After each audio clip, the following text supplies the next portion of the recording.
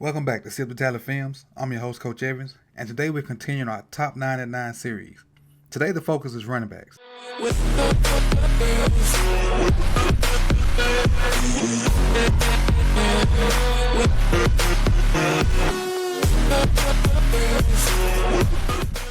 Before we begin, I want to thank all my subscribers and invite any non-subscribers to do so.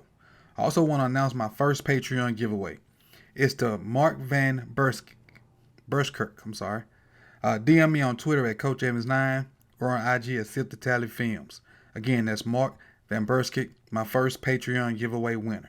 I'll be sending merch your way soon. Okay, smash that like button and let's get started, because we in that like swim well. First off, I want to start with two honorable mentions. My first honorable mention is Mike Warren II from Cincinnati. He had 1,265 yards and 14 TDs. He also had 21 catches for 2 TDs. He was nicknamed the Truck. At 5'11", 222 pounds, he's a load to bring down and an extremely good downhill runner. He feasted on all the AAC defenses. He had 1,300 yards last year, and he has pass catching ability, which adds to his game. He would not run away from people, but could actually be a quality backup for a downhill running team. I don't see any special teams value in him, but for his power, his vision, his toughness, he could be in the league for 6 to 10 years easily as a backup. My second honorable mention is Darrington Evans from Appalachian State. He ran a 4.41 at the combine. When I watched his tape, his home run ability was clear. He has good vision, especially while running outside zone. He pumped out 20 reps on the bench and has some special teams ability. He finished 2019 with over 1,400 yards, up from the 1,100 he had the season before that. He pumped out 234 yards against UNC Charlotte and had 4 more games with 100 plus yards or more. Now on to the top 9. Coming in at number 9, Zach Moss. Finished his career with Utah with 3 1,000-yard seasons. His 1,400 this year was his best. He ran a 4.6 at the combine, but for his style of play, that's okay. While he's not a home run threat all the time, he did have a 91-yard touchdown run. He finished the year with 15 TDs. He doesn't mind running over you early and then running around you late in the game. His starts and stops are real good for a guy that size, and he reminds me of Marshawn Lynch. Not beast mode, just Marshawn Lynch. Number 8, DJ Dallas, University of Miami. Although Miami was not very good this year, DJ was a huge bright spot. He did not play the entire season because of an injury. He's a former high school quarterback, so he is so versatile. He can catch, run inside, run outside, play wildcat QB or slot receiver. He ran a 4.5 at the combine. He only hit the 600-yard mark at twice, and I hope he would not be injury prone in the league because he suffered 2 injuries while at Miami. He has tremendous value on special teams, covering and returning kicks. If he finds his way into a creative play caller, he can put up some good numbers, especially all-purpose yards, receiving, punt returning, kick returning, and covering on those coverage teams. I can see DJ becoming a starter in year 3, representing the youth for a long time in the NFL.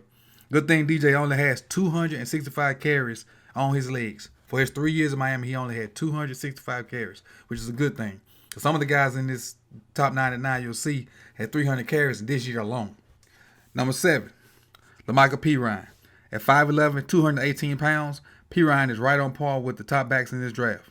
While he only had 676 yards this year and 826 the year before, my SEC bias kicks in here. He has great balance, he can absorb hits and keep running, and he does a good job of setting up blocks while being slow too and exploding through the hole. He'll sometimes line up a wide receiver, so he has a good set of hands on him. He has a good hesitation move, a la Lev Bell. He ran a 4.6 at the combine, but plays faster than that. He's a guy that I think will be a flat-out star or will fizz out in 3 years. I think he's boom or bust. His potential for greatness is there. I hope he finds the right team to get it out of him. Number 6, A.J. Dillon.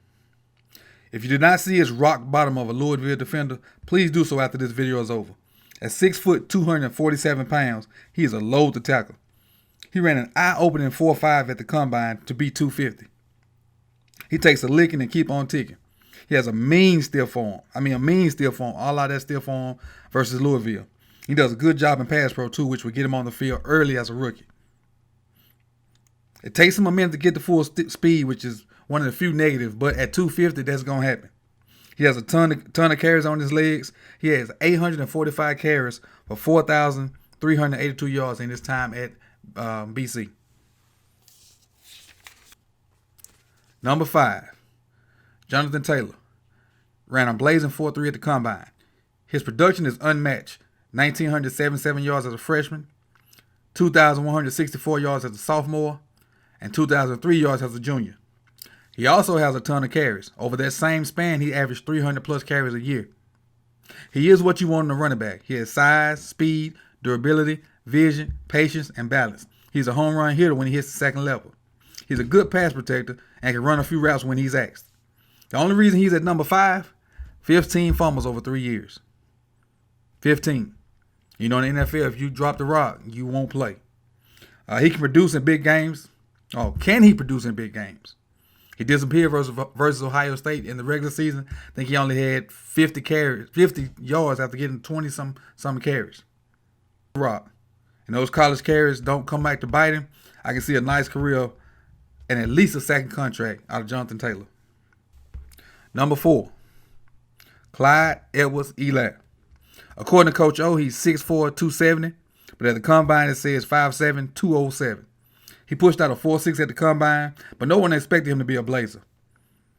Clyde's best ability can't be measured at the combine because it's his heart, it's his passion, it's his will to overcome. Clyde finished with 1,400 SEC yards. And again, those SEC yards hold more weight to me. He also had 55 catches for 450 yards. He finishes runs, doesn't fumble, has special team value, makes guys miss in the open, has a great jump cut. The only negatives are his size and his pass pro ability. His ability to anticipate holes then explode through the holes are excellent. You can check out my video for more on Clyde Edwards-Helaire. Clyde's number 4. Coming in at number 3, defenders up, a hole over, and he sees the lane before they actually open. So he can see a lane opening, set a guy with a hesitation move or a foot fire, and then hit that hole before the defender can get there. He has great feet to avoid defense outside zone like the Rams do. Watch out. He has all this production with very little help from his O-line. Unlike Taylor, his O-line has been great. Check my video for more on Cam. Cam Akers is my number 3 running back in the draft. Number 2. And number 1. The Philly Flyer, DeAndre Swift. At 5'8", 212 pounds, 4'4" at the combine, he has the build to be a tackle breaker and to run away from people.